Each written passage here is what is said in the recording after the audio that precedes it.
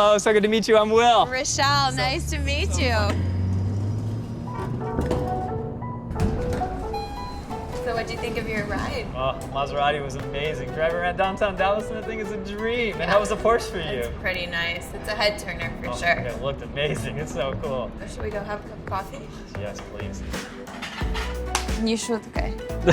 Ну просто шутка вообще. Ну по-русски я тут. Yeah, right.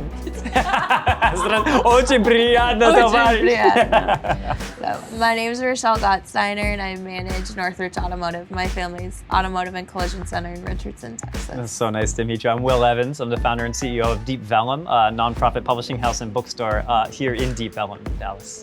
Nice to meet you. Nice to meet you too. And they didn't even tell me that you were Russian until after they connected That's a big us. surprise. Yeah, and I don't think you knew that I studied Russian literature. I did not. I have Russian writers tattooed on my arm and Russian art. You're better than me. Not better at all. Just obsessed is a better word for it. Educated. Educated, yes. It was my degree, and my master's degree in Russian culture, and then it was getting that master's degree, I was asking the question, like, I know all these great Russian writers that never get published in English. If it's a problem in Russia, is it a problem for writers in France or Mexico? And if it is it a problem for writers in Dallas too? And it turned out the answer was yes. There's no one sharing these stories, and I wanted to be able to bring people together with those stories. So what better way to do it than just to build your own publishing company in the DFW area? Exactly. If someone's not doing what you want, you got to find a way to start it. And be the change, man. Right, and I feel like that's the thing. And that's what I do with Women in Automotive as well. You know, so cool. My family migrated here and started the family business, and now I stepped in to kind of veer the company in my own direction. There's not very many women find themselves as entrepreneurs in automotive, and I had to become educated on it myself. Mm-hmm. And you know, I grew up not thinking I would step into the family business. My parents built this platform for me, and I'm so blessed that they gave me the opportunity to run it and to transition it. I kind of say I gave my family business like a facelift, you know? Mm-hmm. I took it from a next level, but they gave me that solid base. Actually, one of my first, I guess, role models was really my babushka. So I grew up with a close-knit family. My babushka was the one that told my mom at 24 years old to trust my dad to migrate over here, not knowing if she would ever see her daughter again.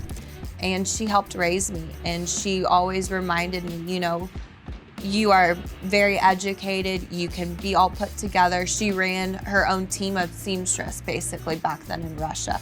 She came over here, she failed her driver's test 7 times before she passed, but she never gave up, and that's the thing, you know? Yes, and I always joke, I wonder what she's thinking about me being now in the automotive business, because she had no business driving. But she raised me, and she really did, and I always had to be put together, and I always had to learn how to cook and clean. And I was very feminine, but I was always very encouraged to hold my own, that there was no ceiling, basically. What I wanted to achieve, I could achieve. It's amazing. Mentors are such a beautiful concept, right? Because like at every phase of life, you should have another one. It becomes this like a cumulative process. Like when I moved to Dallas, or when I came up with the idea for Deep Ellum, I was kind of inspired by a publisher based at the University of Rochester in New York. And I had never worked in publishing before. I'd done all this research on Dallas and on world literature and writers in this city, in this state. I knew how to read, I knew how to edit, I knew how to write, but I didn't know how to do any of these, just the minutia of the business backend. And so I had read this blog of a publisher, and I called him one day. I said, hey, I read your blog, and you said, if you really care about these issues, start your own publishing house. Well, I've done all my research. I'm going to start one in Dallas now. How do you start it? And he said, are you joking? I said, absolutely not. And he said, well, come up here and I'll offer you like an apprenticeship. And for a summer, just took a summer, just every single day. One day it was about editing, like the artistic side of working with authors, about the artistry of their words. Next day it was like bookkeeping. Next day was a conference. Next day was step by step. Step by step, but the whole thing that makes an entire industry. And to be able to learn from him, his name is Chad Post, and he's my colleague today. We work together. It's like really amazing to have him be a part of this, because I still learn from him, and we have different approaches to what we do. And so now whenever someone calls me asking for advice, I always make sure to take that call, You like to have try and to. pay it back, right? Yeah. To say like, hey, you have to trust your gut and take that path and But figure out how that's to the go. big step, right? It's just going for it. Yeah. The answer is always no if you don't ask. Exactly. And it's funny because when I was actually 25 and my parents told us about the family business situation, I was very blessed. I got to go to college and get my degree in what I wanted to. So I studied science and did medical sales for quite a few years. And at 25, I called my brother and I said, we're going to step in the family business. And he said, we don't have to. And I said, we don't have to, but we're going to. And he was there with me for the first year. He truly, truly did. And thank God, because he spent some summers there growing up. I did not. I wanted nothing to do with the automotive business. But I took that leap and I told him, let's go for it. Let's learn. But connecting with people wasn't his talent, which is why he stepped out. And my ability to make that connection with our customer base, with the community, with the automotive industry is truly what helped me find my passion in cars through people. But that community touch, that peer-to-peer relationship is not something that is natural for everyone, and it makes a lot of people uncomfortable. So it takes an ability to create the right community around you, to draw those right individuals to you to help your business be successful. Yeah, and that's why we have the bookstore, so we could meet our customers. Because most publishing houses don't have bookstores. They just publish books and they're sold on Amazon or they're sold in the big bookstores. And for us to have this community engagement where you can walk in off the street not knowing there's a publishing house and meet all of our books. It's the only bookstore in the world that has every book we published. And you can walk in and have these conversations with customers and say, where are you on your reading journey or your journey in life? What could be the book that takes you to the next level to explore yourself or the world around you, and say, how do we bring you in? And if you hate a book we recommend, tell us too, because then it allows us to learn who you are and how we can make that personal connection. And that's what every business needs, is to see the opportunities that are not before your eyes, because we all can get focused on networking, because you never know who might know someone that can help you, right? And the more you spread and the more you share about what you're doing and your passion for it, someone else might pick up on that. Absolutely. I always say, if you're the smartest person in the room, you're in the wrong room. Yeah, that's really true. I'm learning something new every single day.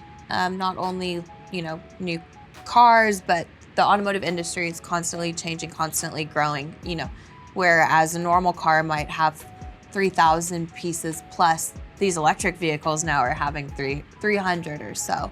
So constantly staying educated, and really not being scared to push through when I want to quit. Because I quit, I was in the family business and I tried to quit every single day. My mom said, we are not quitters, and still here I am. And she told me, one day you're gonna look back and you're gonna be proud of yourself for pushing through. And I am, and reminding myself how much I've, overcame. Family business is not easy. I don't know if you've ever thought about maybe, with your mom, right? Who's very brilliant, I'm sure. Now try to go into business with her and tell her how to do it your way after she's done it her way.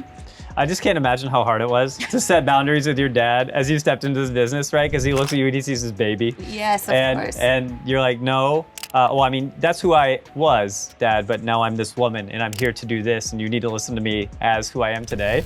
We didn't really always have boundaries. We had to figure it out as we went. And there was a lot of times I would say, let's do it this way. And bless his soul for saying to me, you know what? Go ahead, figure it out. Because I was that hard-headed younger child, I was in mid-20s, but I was like, let's do it this way. And he said, you don't want to do it this way. But he gave me the opportunity to realize not everything I thought was right. And that's what allowed me to say, you know what, thank you. Because I don't always wonder, well, it could have been this way. What if we would have had it done this way? My dad gave me the opportunity. He believed in me, right? Yeah. It wasn't always like that. There were some things that he just said, absolutely not, we're not doing this. But it was giving myself that risk to fall and pick myself back up. Yeah, success is such a moving target, because the greatest success for me is to feel like I'm contributing positively to the world around me. That can be a challenge on some days, where you just don't feel like I've given enough. You read the news and you're like, I'm only one tiny drop of water in the sea of humanity, and I'm not doing enough. Or professionally, to know there's never any one thing that will be true success. We work with Svetlana Alexievich, the great Belarusian writer. She won the Nobel Prize in 2014 for literature. We published her book, Voices from Chernobyl, and it's like the saddest book I've ever read in my life, but it's the most beautiful. So we published a Nobel Prize winner. It's the biggest achievement you can make. That's a success. But the goal is to say, just by doing what we do, even without a sale, it's a success to present it to the world so that it can have the possibility for infinite audiences at any time, today, tomorrow, or in 100 years. It's like the journey of life, you know, and it keeps the path positive and moving forward, but never to feel like success is a stop sign. Right, and you never know who you're impacting, right? Their story might continue because you left them in a better place than maybe they walked in at first, right? If you could go back to your young 25-year-old self and talk to her, what would you say to her to give her advice? What would you be able to offer her on this journey she's about to embark on? Honestly, it's one of my favorite questions to think about because I would just tell myself just to keep going. That right now it seems like the world is ending. It seems like the floor is coming out from under you, but it's not. And one day you're gonna look back on this moment and be proud of yourself for how far you've came. And it's just about the ability to keep going. So never give up, really, and you're gonna make it through it.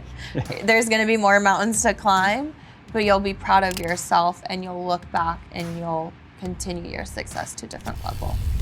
Such good advice, thinking back to, what would I tell that young person or the next version of myself is gonna come along? Hopefully I can help mentor in some way. It's like the number one piece of advice I always have is don't do it alone. I did it alone. And starting a business alone is really hard because you don't have anyone to share in the hard times or the success. And so if I could go back again, it's like, get to Dallas, maybe do it as a side hustle actually early on, because imposter syndrome is real, and we're talking about stepping into fields they've existed long before us, they'll exist long after us. How can we try to approach things a little differently to feel that we're adding something to the business so that when you step out, you're not just a CEO. You're a CEO who's inviting more women to get into this business because it's an opportunity for them and for an entire industry to modernize in a way that you don't know what you're missing if you keep people excluded. Exactly. Bring more people in who have different approaches and your business will be able to modernize and grow. And you're making it more attractive, right? Exactly, for customers and for employees, and that's what you're doing the balance as the executive. Because storytelling is the human touch to what we do in our business. And that's the language of business, is about stories. And so for this automotive group to bring together two very different people, and we're sitting there going, we got a lot more in common than we ever would have known, the stories that bind us, and to share the stories of the city and the people who make it possible. I'm just so glad to be here today with you. Well, should we go take a spin in our city? I'd love to see your version of this beautiful city in that car. Absolutely, that beautiful Porsche. I'm in the Porsche in the chalk color. Amazing. Matches my shoes. I want to go check it out. Let's go. I want to go for a ride. Look, Ma. Look where books can take you.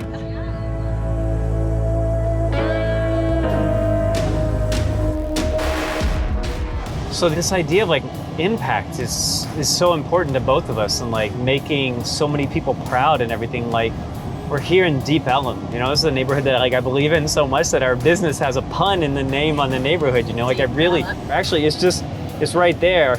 And we've been in there for 7 years, and we wanted our impact to be people walking in and out the street. And that's a big part of your business too. What does impact and legacy mean to you?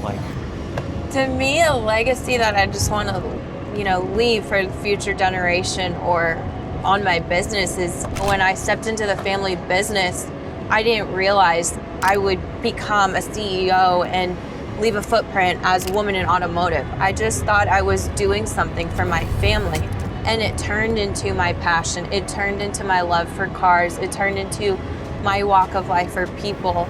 It brought me to Avondale and connected me to the community.